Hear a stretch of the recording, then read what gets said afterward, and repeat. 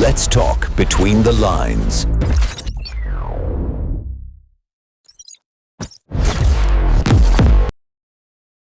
नमस्कार आप सभी का और स्वागत है हमारे चैनल में। आज बात करेंगे तीन चार चीज़ों पे। सबसे पहले तो जो एक इम्पॉर्टेंट चल रहा है अभी हमारे देश और अमेरिका के बीच में, वो है एक ट्रेड डील, जिससे थोड़ी बहुत उम्मीदें हैं, जो लोग लगा रहे हैं उम्मीदें। वैसे अभी अभी आप लोगों ने भी कहीं ना कहीं न्यूज़ देखा ही होगा सोशल मीडिया या किसी न्यूज़ चैनल पे, कि जो 1 अगस्त से हमारे पर टैरिफ लगना था वो 7 अगस्त को हो चुका है। ठीक है, तो इसके बारे में बात करेंगे थोड़ा डिटेल में कि ये ऐसा क्यों हो रहा है और इसके पीछे क्या पॉसिबिलिटीज हो सकता है, ये भी एक देखेंगे। एक न्यूज़ आया है, वो थोड़ा सा मतलब ऐसे तो उसे कहा जा रहा है, मैं पहले उसी से बात स्टार्ट कर लेता हूँ, क्योंकि ये थोड़ा सा एक है न्यूज़ जो आज अनकॉमन लगा थोड़ा। ठीक है, तो ये है न्यूज़ कि आईबी ऑफिसर की बहन एक लॉक्ड फ्लैट के अंदर मृत्यु पाई गई है गाजियाबाद में। और ये मतलब अभी के टाइम में अगर कुछ ऐसा होता है, कोई भी हाई वैल्यू, जो इंडिया के लिए एक हाई वैल्यू एसेट है, वैसे इंसान के साथ कुछ भी ऐसा होता है तो इसे थोड़ा ना दूसरे एंगल से देखा जाता है फिर, क्योंकि अभी जो सिचुएशन है इंडिया का, इसमें बहुत सारे कंट्रीज अलग अलग तरीके से अटैक कर रहे हैं। ओके, तो उसमें पाकिस्तान काइनेटिकली कर रहा है और या टेररिज्म से कर रहा है, चाइना उसको सपोर्ट करके कर रहा है, यूएस उसको सपोर्ट करके कर रहा है, आईएमएफ से लोन दे रहा है, ब्ला ब्ला ब्ला, फिर उसके तरफ से आके बात भी कर रहा है और ये सारी चीज़ें। तो ये सारी चीज़ें जो हो रही हैं, तो उसके बीच में अगर ऐसा कुछ न्यूज़ आता है तो इट्स नॉट नॉर्मल।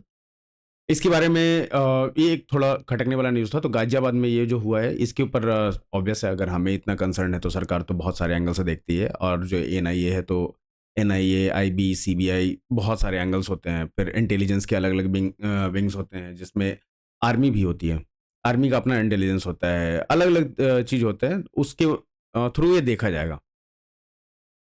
दूसरा है कि 2008 मालेगांव एक्सप्रेस का जो ब्लास्ट हुआ था, जिसमें एक army officer, decorated army officer colonel Purohit, उनको मतलब उठाया गया था और उनको बहुत टॉर्चर किया गया, बहुत टाइम तक ये केस चलता रहा। जब मोदी की गवर्नमेंट आई तब आई थिंक वो लोग बेल पे आ पाए बाहर। और इसमें साध्वी प्रज्ञा, कर्नल पुरोहित, ये सारे थे। इन्हें मतलब एक बहुत अच्छे प्लान के तहत इन्हें ये सारी चीज़ें स्क्रिप्ट के तहत बनाया गया था।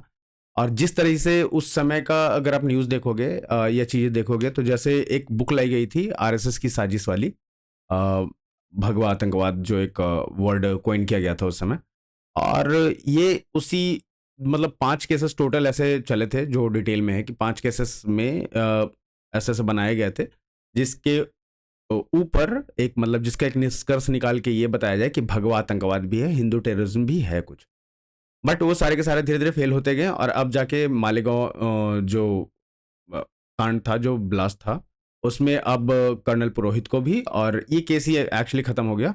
इसके पीछे का एक वीडियो सर्कुलेट हो रहा है, जो उस समय के एटीएस में कार्यरत थे, और उन्होंने क्या कहा पहले वो सुन लेते, फिर इसके ऊपर बात करेंगे कि यहाँ और क्या क्या चलता था।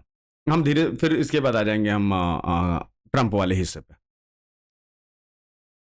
मेरे जो इंचार्ज थे मोहन भागवत के बारे में या मेरे तपास के बारे में, वो परमवीर सिंह और उससे भी हायर अथॉरिटी जो थे, उनका आदेश था, और उनके आदेश के मुताबिक मेरे को महाराष्ट्र में से 10 कर्मचारी मेरे मदद के लिए दिए गए थे। सर्विस सीक्रेट फंड में से मेरे को पैसा दिया गया था, एटीएस की तरफ से ऑफिशियल मेरे को रिवॉल्वर दिया गया था, और जो भी जाने आने के लिए वारंट जो रहते वो भी दिया गया था। इस तपास के अंदर मैं इंदौर, अजमेर, नागपुर, बेलगांव, गोकाक वगैरह ठिकान जाके मैंने तपास किया। ये तपास करते वक्त उन्होंने जो आदेश दिया था मोहन भागवत जी के बारे में, वरिष्ठ अधिकारी थे वो, मोहन तुम्हारे परमवीर सिंह के अलावा और वरिष्ठ अधिकारी थे। उनका कहना ऐसा था कि पहले जाके मोहन भागवत को मिलके क्या तो उनका डिस्कशन हुआ है, अब तुम जाके उनको उठा के लाओ, ऐसा आदेश था। वो भयानक झूठे जो तब एक कंसेप्ट निकल के आया था, तब भगवा आतंकवाद भगवा आतंकवाद के नाम पे ये तपास चल रहा था। तपास जो करना चाहिए वो नहीं हुआ। भगवा आतंकवाद, हिरवा आतंकवाद, ये था, ये गलत था, झूठ था। और इतने बड़े आदमी को लाने के लिए मेरे पे जवाबदारी डाले थे। तो वो मेरे झूठ करने की मेरी कैपेसिटी नहीं है। मेरे को धाड़सी बोल के लिए थे उन्होंने, धाड़स से काम करेंगे, ये बहुत टेरर है, अमुका, ऐसे इससे करे थे।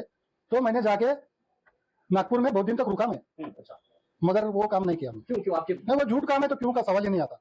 झूठा काम है। और ये कहीं तो भी अगर मैं लाता तो आज मेरी हालत क्या होती थी। मैं झूठ काम करता था, आज उससे बुरी हालत थी।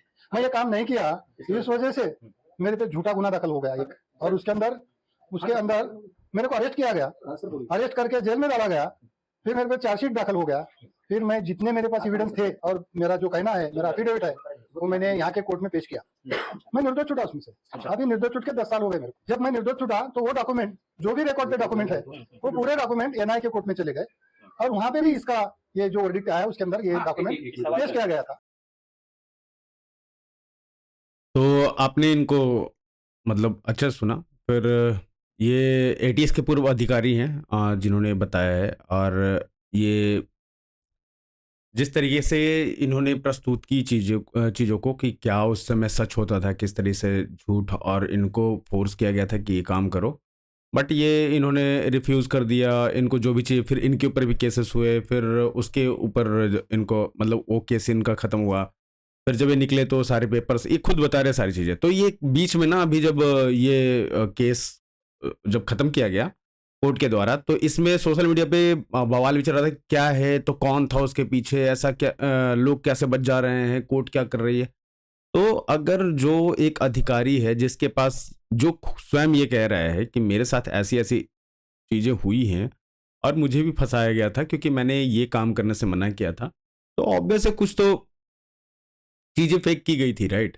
अगर आप कर्नल पुरोहित को जरा भी मतलब कभी फॉलो किया होगा या कभी उनकी बात सुनी होगी या कभी उन्हें देखा होगा वीडियो में ही, तब आपको पता चलेगा कि वो जो इंसान है ना, वो आर्मी बैकग्राउंड और जिस तरह के मतलब मजबूत इंसान है, army tough kind of person. तो वो उनसे जब बात करोगे ना, वो मैंने उनके बहुत सारे वीडियो थे, मैं उनको बहुत मतलब कभी भी कोई वीडियो आता था मैं देखता था।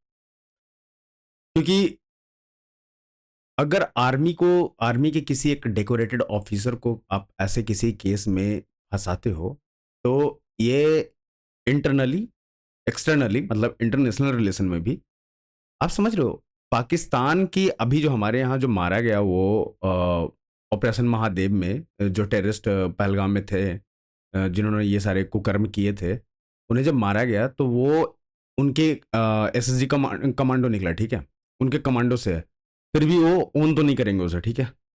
यहाँ मतलब ऐसा किया गया कि कर्नल, एक इंडियन आर्मी का कर्नल, और उसको ऐसे केस में फंसा दो, ठीक है।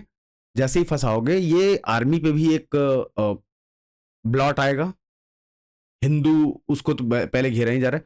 तो ये जो आप साजिश समझोगे ना जिस तरह का था उस समय, हम ये सारे अटैक्स होने के बावजूद हमको रिटेलिएट नहीं करते थे या पाकिस्तान को कुछ नहीं कहते थे। बहुत होता तो यूएन में जाके रोना शुरू कर देते थे, या फिर देश के सामने आके कहते थे कि ये बहुत बुरा हुआ है, हम इसकी कड़ी निंदा करते हैं, और मतलब ये ब्ला ब्ला ये सारी चीज़ें, ठीक है। ये सारी चीज़ जब मोदी आया ना, तब से ये शुरू हुआ है कि हम रिटेलिएट करते हैं, अगर आप टेररिज्म करोगे हमारे यहाँ तो हम तुम्हें बताएंगे। ये सारी चीज़ें इस तरह से एक फ्रेम किया गया था, मतलब उस समय का जो केस है कि आप आर्मी पर्सनल को इसमें इन्वॉल्व कर रहे हो ज़बरदस्ती कि भाई आर्मी के ऊपर एक ब्लॉट आए, हिंदू एक साध्वी को इन्वॉल्व कर रहे हो कि उसके हिंदुइज्म के ऊपर एक ब्लॉट आए, एक पर्टिकुलर जो रिलीजन फॉलो करते हैं लोग, जो मेजोरिटी ऑफ दिस कंट्री है, जो इस कंट्री का बेसिक मतलब जो प्रिंसिपल है जिनके ऊपर बना हुआ है, उनके ऊपर आना चाहिए, ठीक है। और ये जैसे ही ये सारी चीज़ें होती है, बुक लॉन्च होता है, उसमें लोग आते हैं, मैं आपको वो वीडियो भी दिखाता हूँ कि वो जो बुक लॉन्च था उसमें, हाँ एक सेकंड सुनिए आप और देखिए भी। मैंने माननीय गृह मंत्री जी शायद भूल जाते हैं कि मैं राज्यसभा में ही उनके सामने ही इस बात को मना कर चुका हूं कि मैंने कभी भी मुंबई में जो आतंकवादी हमला किया था, मैंने राष्ट्रीय स्वयंसेवक संघ पर कोई आरोप नहीं लगाया। उनका कहना बिल्कुल असत्य है और गुमराह करता है। मैं फिर से दोहरा रहा हूं कि मुंबई के आतंकवादी हमले में आरएसएस का हाथ नहीं था। जो मेरे पे जो आरोप लगाए जाते हैं बिल्कुल गलत है। जब ये प्रूफ हो गया है लगभग, तब इनका एक स्टैंड है। और आपने वीडियो में देखा है कि वहां पे इन लोगों ने भाषण दिया था। इसमें फिल्म के डायरेक्टर, वो क्या नाम है उनका, भट्ट भट्ट आलिया भट्ट के पिताजी जो भी है, महेश भट्ट, वो थे, ये थे। और ये मतलब इन लोगों ने एक मंच पे बोला था, ठीक है, ये कॉइन हुआ था उस समय, वर्ड कॉइन किया गया था, पूरी चीजें ऐसे बनाई गई थी। अब जो बात आता है कि ये जो भी चीजें हुई थी, चलो अब जाके बस्ट होता है। आप सोच के देखो कि जो अभी अधिकारी ने, एटीएस के अधिकारी ने बोला कि सोचो उस समय जो मेरे साथ हुआ वो तो कुछ नहीं था, आज अगर पता चलता सच्चाई क्या है तो मेरे साथ क्या होता। ठीक है, उन्होंने एक और सीनियर अधिकारी का नाम लिया, खैर लोगों को नाम पता है तो उसको छोड़ देते हैं, वो अब सही नहीं है बात करना उसके बारे में। इन्होंने जिस तरीके की साजिश की थी आज लोगों के सामने आया है। और जब लोगों के सामने ऐसी चीजें आती है तो लोगों के ऊपर से ना एक सिस्टम से भरोसा उठने लगता है। ठीक है, एक कि यार क्या हो रहा था, लोग जिसको भरोसा कर रहे थे वो इस तरह के चाल चल रहे हैं। जो मेजोरिटी ऑफ दिस कंट्री, जो आज तक एक कल्चर है जो किसी को भी ऐसा मतलब अपोज नहीं करता। ठीक है, जो सनातन एक कल्चर है वो किसी भी चीज को अपोज नहीं करता है। आप किसी और धर्म के हो, हम उसे भी एक्सेप्ट करते हैं, यहाँ रहने देते हैं, फलते फूलते हैं। और ये बहुत सारे हिस्ट्री से लेके आज तक के बहुत सारे ऐसे ऐसे एग्जाम्पल्स हैं कि हमने किया है। बट उसे बदनाम करने के लिए ये क्यों, इसका एक ही रीजन था, ये करके एक जो पर्टिकुलर वोट बैंक है उसे खुश करना।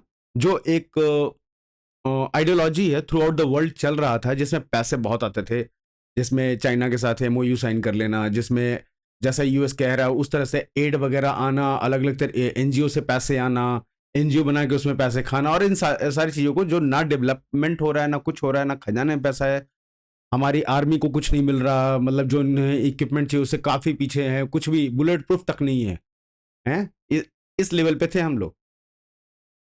लेकिन आज इनकी ऑडिसिटी देखिए कि किस लेवल पे क्वेश्चन करते हैं और कैसे कैसे क्वेश्चन करते हैं। इन्हें रफाइल जेट पता करना है कितने गिरे हमारे।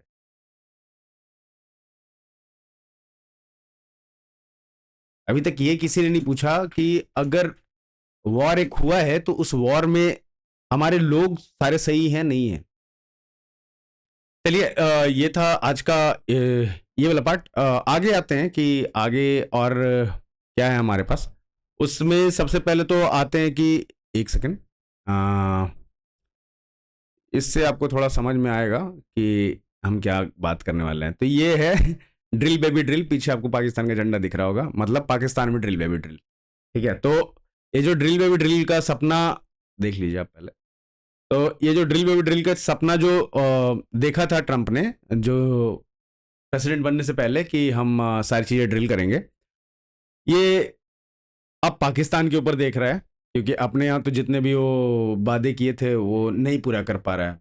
कनाडा 51st स्टेट बनाना था, नहीं बन पाया। कनाडा के ऊपर भी ये लग चुका है और कनाडा भी लोग अभी से सीरियस नहीं ले रहे। बट हाँ, इसने गेम अच्छा खेला था। ट्रूडो को अब खुद प्रेसिडेंट बनने से पहले ही ट्रूडो को रिजाइन करा दिया था। ठीक है, तो ये एक कनाडा के साथ जो भी हुआ वो हुआ। कनाडा के ऊपर भी टैरिफ लगाया इसने, अलग अलग कंट्रीज के साथ अभी गेम चल रहा है इसका। जापान के साथ इसने वैसे ही मनमानी टैरिफ लगाए, यूनिलैटरल 70% चावल अब यूएस से लेगा। यूरोपियन यूनियन के साथ भी ऐसे ही किया है कि आप पहले तो ये हम देंगे, उसके बाद आपको इन्वेस्टमेंट करना है, और बाकी का जो चीज़ है अगर आप चाहते हो कि यूक्रेन में सप्लाई करना तो उसके भी पैसे आप ही दोगे। ये सारी चीज़ें हो गई। अब जो भी बाकी जो कंट्रीज के साथ है, जो बड़े बड़े रसिया के साथ, तो इसका रसिया और इंडिया को तो ऑलरेडी इसने कह ही रखा है कि मतलब डेड इकोनॉमी और जाए।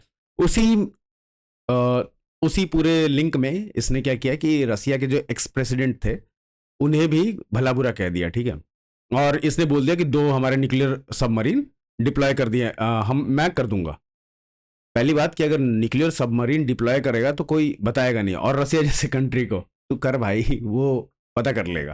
ठीक है, तो उन्होंने भी एक बताया इसे कि डेड इकोनॉमी और डेड हैंड, ठीक है, डेड हैंड एक तरीका था रसिया का, जो सिस्टम था 70s 80s के आसपास में, जो कोल्ड वॉर का टाइम था, उस समय एक सिस्टम था कि अगर सारे उनके टॉप के लीडर्स वाइप आउट हो जाते हैं फिर भी, और न्यूक्लियर मान लो कि जो सेंसर लगे थे उसको ऐसा लगता है कि भाई अब कुछ नहीं बचा है, तो ऑटोमेटिक जहां जहां उसको न्यूक्लियर अटैक करना है वो खुद कर लेगा, ठीक है, ये था डेड हैंड। तो उन्होंने भी याद दिला दिया ट्रंप को कि बाबू देख लो, डेड हैंड ऐसे हम भूले नहीं है।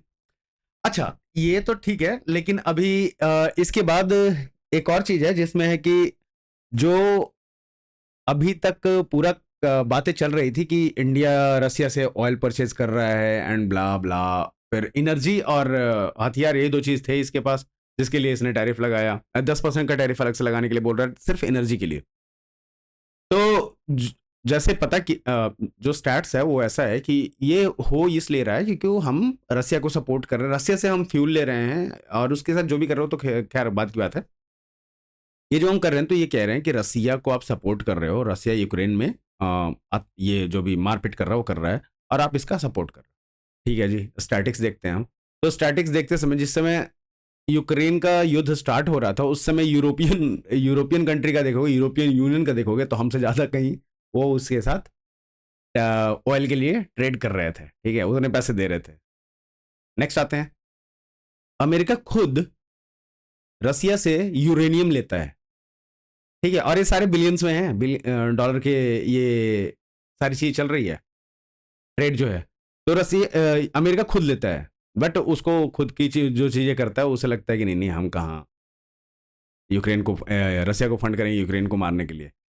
तो ये चीज है। अब ये सारी चीजों से चिढ़ के फिर जो प्रेशर बना रहा था ट्रंप इंडिया के ऊपर कि भाई तुम वहां से क्यों लोगे फ्यूल, हमारे यहाँ से लो, वहां से हथियार क्यों लोगे, हमारे यहाँ से लो, अभी भी हमें इंजन नहीं मिला। खैर आज ये एक अपना जो इनका हमने ऑर्डर दिया था फ्लाइट के लिए वो आ गया हमारा, एक सेकेंड मैं कहीं तो रखा था उसको, I think I dropped it,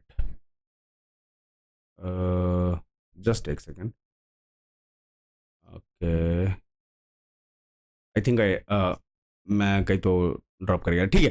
तो डिलीवरी जो होनी थी अब होनी शुरू हो गई है, ऐसे तो बहुत टाइम वेट किया हमने, अपाचे अपाचे अभी जाके आने लगा है। F-35 हमने देख लिया केरल में वो कितने दिन तक खड़ा रहा है, जो रॉयल नेवी का था।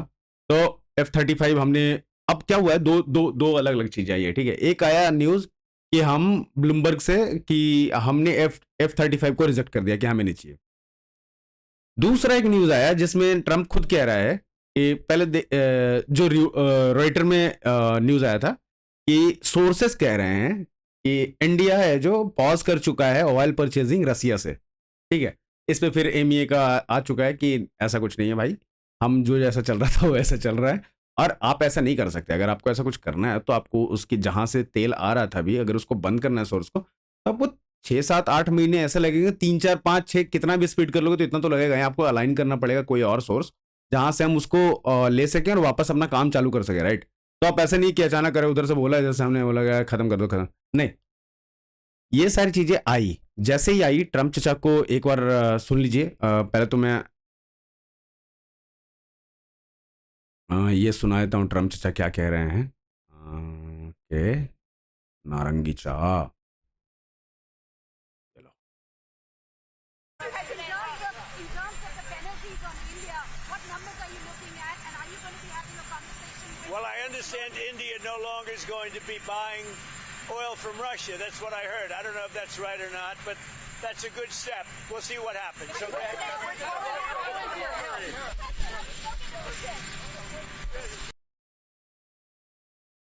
तो ये कह रहा है कि इसने सुन लिया, अब मैं जहां से इसने सुना है वो भी दिखा देता हूं। अच्छा, ये भी एक सोचने वाली बात है यार।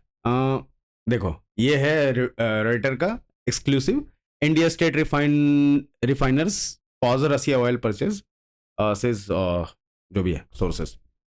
तो ये जो अचानक से, अच्छा इंडिया अगर ऐसा कुछ चाहता भी कि चलो ठीक है हम ऐसा न्यूज डाल देते हैं, ऐसा कुछ हुआ नहीं, ठीक है। मिनिस्ट्री ऑफ एक्सटर्नल अफेयर ने बता रखा है, एक सेकेंड,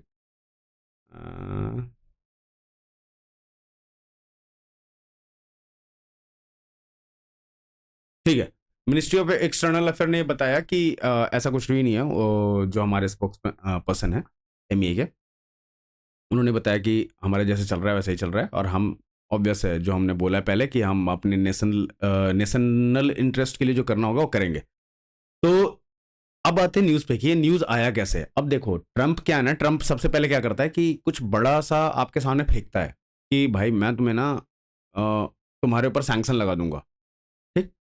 फिर कहेगा टैरिफ लगा दूंगा, फिर कहेगा नहीं बोलो, अगर फिर भी नहीं मानोगे तो मैं तुम्हें बॉम्ब कर दूंगा।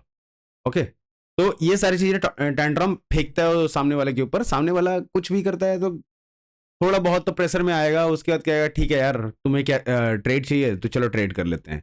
इसने UAE वगैरह के साथ ऐसा ही किया, पहले ट्रेड के नाम पे, उसके बाद फिर इन्वेस्टमेंट भी कराया। 500-700 बिलियंस का कतर से लिया, प्लेन व्लेन सब कुछ ले लिया, जेट वेट सब कुछ। तो ये यही वाला सोचा कि इंडिया के ऊपर भी ट्राई मार लेते हैं, और अगर ये हो जाएगा तो इंडिया प्रेशर में आ ही जाएगा, और उसके बाद मेरा एक जो पोजीशन बनना है वो बन जाएगा। इंडिया दूसरा चीज़ जो इंडिया से छिड़ा हुआ है वो इसलिए क्योंकि ऑपरेशन सिंदूर में जो हमने ठोका है वहाँ पे वो अभी तक क्लेरिफाई तो नहीं है किसी को भी कि क्या ठोका है, बट जितना उम्मीद लगाया जा रहा है कि कुछ तो ऐसा ठोका है जिसकी वजह से इन लोगों का पूरा सुर बदल गया। जो स्टार्टिंग में था 7-8 मई को जो इनका सुर था उसके अकॉर्डिंग इनके चेंज हो गए थे। पहले कह रहे थे कि हमें कोई लेना देना नहीं है, वो दोनों कंट्रीज़ का अपना है, हम इसमें नहीं इंटरवीन करेंगे। फिर उन्होंने तुरंत से आ गया कि अरे नहीं नहीं अब तो सीज फायर कर लो, हो गया। ये चीज़ें चल रही थी, ठीक है।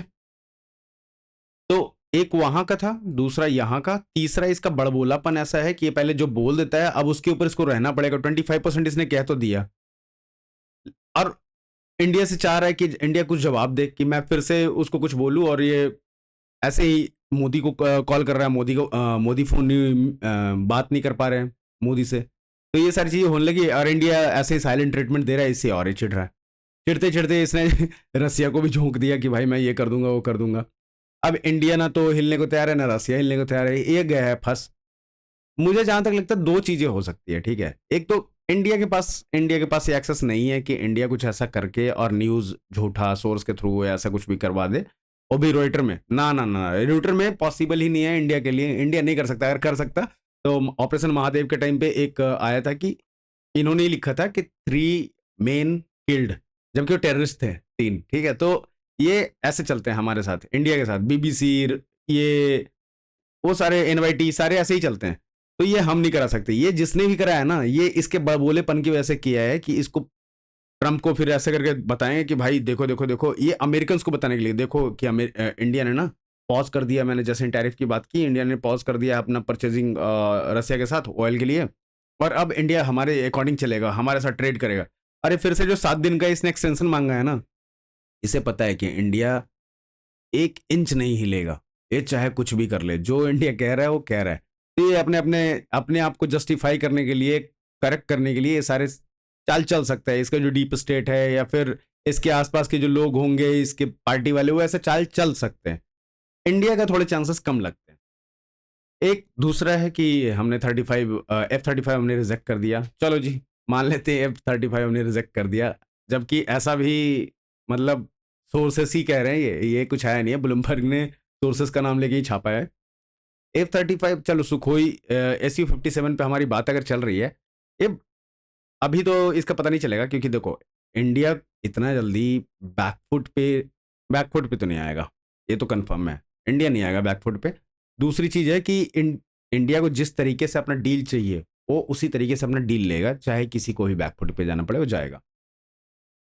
तीसरी चीज, सिर्फ एक ये ट्रेड नहीं है, ठीक है, ये एक इंडिया और US के बीच के रिलेशन का एक पॉइंट है बस, ट्रेड। ये वाला जो ट्रेड है जिस पे अभी बातें चल रही है, ठीक है। बाकी हमारे और भी अलग अलग चीज़ों में पार्टनरशिप है, जैसे हमारे इंटेलिजेंस सर्विस उनके इंटेलिजेंस सर्विस के साथ मिलके काम कर रही है अभी, और हम खालिस्तानी जो वहाँ तांडव करते हैं उसके ऊपर कंट्रोल ले रहे हैं। तहब्बुर राना वापस इंडिया आ गया, ठीक है, जो मास्टरमाइंड था। फिर और भी ऐसे ऐसे चीज़ें चल रही हैं, हम धीरे धीरे लगाम लगा रहे हैं। फिर अगर आप देखोगे USAID जो बंद हुआ है उसका एक अच्छा बेनिफिट हुआ है। तो हम सिर्फ ये जो भी टैरिफ कर रहा है ये भी ये नीचे जाएगा, डोंट वरी। ये कल उठ के कुछ ना कुछ करेगा, इसको समझ में आ जाएगा कि भाई इसका कुछ नहीं कर सकते हैं, और ये नीचे जाएगा। मुझे ऐसा ही लग रहा है, पता नहीं मैं गलत हो सकता हूँ, लेकिन देखते हैं जब होगा तो ये सारी चीजें ऐसे कर रहा है। अभी इसको और भी चीजें जैसे जैसे चाहिए पता चलेगी, क्योंकि इसको सबसे ज्यादा चाहिए अभी ना, वो है रेयर अर्थ। रेयर अर्थ हमारे पास जो भंडार टाइप का मिल रहा है, ठीक है, डेली कुछ ना कुछ उसमें इंक्लूजन हो ही रहा है। दूसरा जो इसने ट्वीट में कहा था कि एक दिन ऐसा आएगा हम ऑयल रिजर्व बनाएंगे पाकिस्तान में, और एक दिन ऐसा आएगा कि हो सकता है इंडिया पाकिस्तान से ऑयल खरीदे। तो मैं थोड़ा सा ऐसे ही कैलकुलेशन किया, कैलकुलेशन में मैंने देखा कि कितने हैं, मतलब कितना इधर तेल है भाई पाकिस्तान के पास। जितना आपके पास होगा उतना ही निकालोगे ना, ऐसा तो नहीं बाहर से लाके डालोगे फिर निकाल लोगे। तो कितना है मैं देखना चाहा, तो मुझे मिला कि इनके पास almost 234 million to 353 million barrel का स्टोर है, ठीक है। फिर मैं सोचा कि चलो ठीक है, तो मैं सोचा कि इंडिया के पास कितना है। मैं डायरेक्ट आया कि अगर पाकिस्तान के पास इतना है तो इंडिया के पास जो होगा, क्योंकि हम तो कुछ ना कुछ तो निकालते ही हैं। तो जब मैं इंडिया का देखा तो क्रूड ऑयल का रिजर्व जो एस्टिमेटेड है वो 651 मिलियन है, ठीक है। Additional the country hold 1138.6 billion cubic metre of recoverable natural gas reserve. ये सारी चीजें हैं, और जो हमारा खर्च है वो 3 मिलियन के आसपास का है डेली। तो अगर जो पाकिस्तान का अगर आप देखो, इंडिया के पास बड़ा है और अभी और भी खोज हो रहा है 22 बिलियन बैरल का, तो यहाँ अपना अंडमान के आसपास अभी जो आया है उसके बारे में है। असम में एक छोटा सा ड्रिल हुआ, फिर गंगा बेसिन में अपना एक्सप्लोरेशन चल रहा है। तो ये जो चीज़ें हम ऑलरेडी एक्सप्लोर करना शुरू किए हैं, अभी तक तो एक्सप्लोरेशन भी नहीं हुआ था, तो अब एक्सप्लोर करना शुरू किए हैं, चीज़ें मिलेगा। जैसे हमने कोल माइंस में से रेयर अर्थ मिनरल्स का जो उनका जो रेसिड्यू बच जाता है उसमें से एक्सट्रैक्ट करने की ट्राई कर रहे हैं, तो वो भी एक कैलकुलेशन में आएगा कि हमारे पास इतना रिजर्व है। ये सारी चीज़ें जब चल रहा था तो मैंने देखा कि यार ये ट्रंप करेगा क्या, कैसे बनाएगा इसको एक बड़ा ऑयल रिजर्व, जब इसके पास है ही हमारे लिए 11-12 दिन का रिजर्व होगा इसके पास, तो क्या कर लेगा। और वो भी जहां पे है, अभी तो तुम जाओगे एक्सप्लोर करोगे कि जो लास्ट टाइम इमरान खान ने करा था वो बहुत खोद दिया था भाई, उसकी ईएमआई अभी तक नहीं भरे इन्होंने।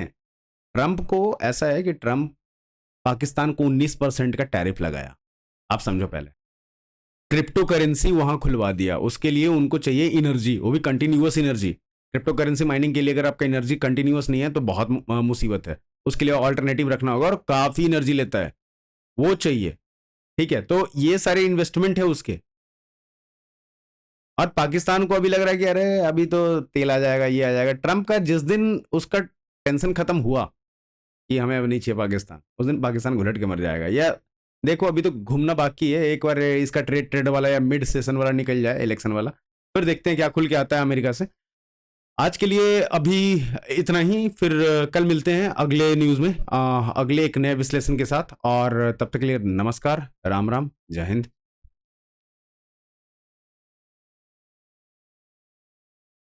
Oh sorry.